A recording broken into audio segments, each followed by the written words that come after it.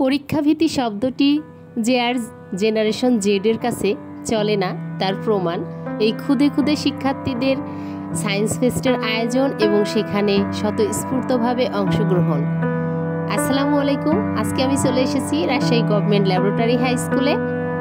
আপনারাও আমার সাথে চলে আসেন দেখা যাক এখানে কি হচ্ছে, কি আয়োজন ছিল এবং এর আয়োজক কমিটিতেও বা কারা ছিল আর অংশগ্রহণকারী কারা ছিল। The laboratorians math and science club কর্তৃক আয়োজিত উক্ত সায়েন্স ফেস্টটি অনুষ্ঠিত হয়েছিল গত 27 এবং 28 সেপ্টেম্বর 2024। বিভিন্ন গুরুত্বপূর্ণ ইভেন্টে সাজানো ছিল এই সায়েন্স ফেস্টের 2 দিন। এখানে ছিল math, science, physics, chemistry, biology, astronomy এবং প্রজেক্ট শোকেজিংয়ের মতো চমৎকার কিছু ইভেন্ট। সাথে ছিল অল ম্যাগাজিন আর সবচেয়ে আকর্ষণীয় টুর্নামেন্ট ছিল চেস টুর্নামেন্ট।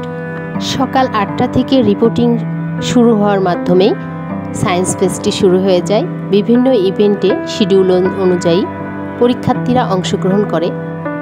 আসলে যে বিষয়টি সবচেয়ে বেশি প্রশংসনীয়, আমি একজন অভিভাবক হিসেবে বলতে পারি, মাত্র 15-16 বছরের ছেলেরা নবম বা দশম শ্রেণীতে পড়ে, এরকম ছেলেরা এত সুন্দর একটা আয়োজন করে এবং পুরো অর্গানাইজ বিষয়টা এত চমৎকার ছিল তাদের।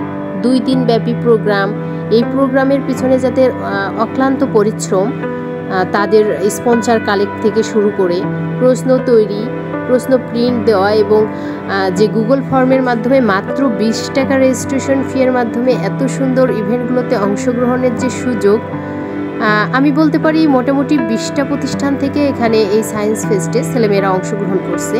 রাজশাহী এবং রাজশাহী জেলার বাইরে থেকেও কিন্তু আসছে এই সায়েন্স ফেস্টে।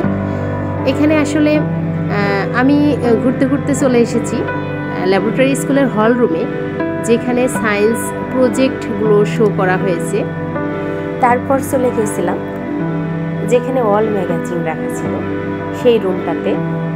আসলে অনেক মজার বিষয় হচ্ছে, প্রথম যেই ম্যাগাজিনের দিকে আমার চোখ পড়ে সেটা ছিল চাঁপাইনবাবগঞ্জ গার্লস স্কুলের মেয়েদের করা। আমি বলবো অসাধারণ এই ম্যাগাজিনটা, কারণ আপনারা ইতিমধ্যে সবাই জানেন আমার ইউটিউব চ্যানেল এবং ফেসবুক পেজের নাম টাইম ট্রাভেল, আর এই ম্যাগাজিনটা ছিল পুরোপুরি টাইম ট্রাভেলের উপরে। আসলে আমার কাছে এটা সবচেয়ে আনন্দের বিষয় ছিল। এছাড়াও অন্য অন্য ম্যাগাজিনগুলোও ছিল বেশ চমৎকার এবং অনেক তথ্য সম্বলিত বিষয়, যেমন মহাকাশ সম্পর্কে ছিল, প্লাজমা সম্পর্কে ছিল ম্যাগাজিন, ওয়েস্ট সম্পর্কে ম্যাগাজিন ছিল, আরও অনেক বিষয়ে ছিল, যেগুলো ম্যাগাজিন দেখে আসলে প্রকাশ পায় আমাদের ইয়ং জেনারেশনগুলা বিজ্ঞানের সাথে তারা নিজেদেরকে কত সুন্দরভাবে সম্পৃক্ত করেছে। আমি অনেকটা সময় এই ফেস্টে থেকে সত্যি অনেক আবেগ আপ্লুত হয়ে পড়েছি, এটা ভেবে যে নবম শ্রেণীর শিক্ষার্থীরা এত সুন্দর একটা আয়োজন করা, এত কিছু মেনটেন করা, এটা আসলে অনেক প্রশংসনীয়। তো আমি প্রশংসা না করে পাচ্ছি না। দ্য ল্যাবরেটরিয়ান্স ম্যাথমেটিক্স অ্যান্ড সায়েন্স ক্লাবের প্রেসিডেন্ট আবু বাক্কার সিদ্দিক, যিনি নবম শ্রেণীর একজন কৃতি শিক্ষার্থী, নবম শ্রেণীর ফার্স্ট বয়, এবং ভাইস প্রেসিডেন্ট অনেক বিজ্ঞান অনুরাগী একটা ছেলে ফারহান নোবেল। তো এদেরকে আমি বিশেষভাবে কৃতজ্ঞতা জানাচ্ছি এত সুন্দর আয়োজনের জন্য।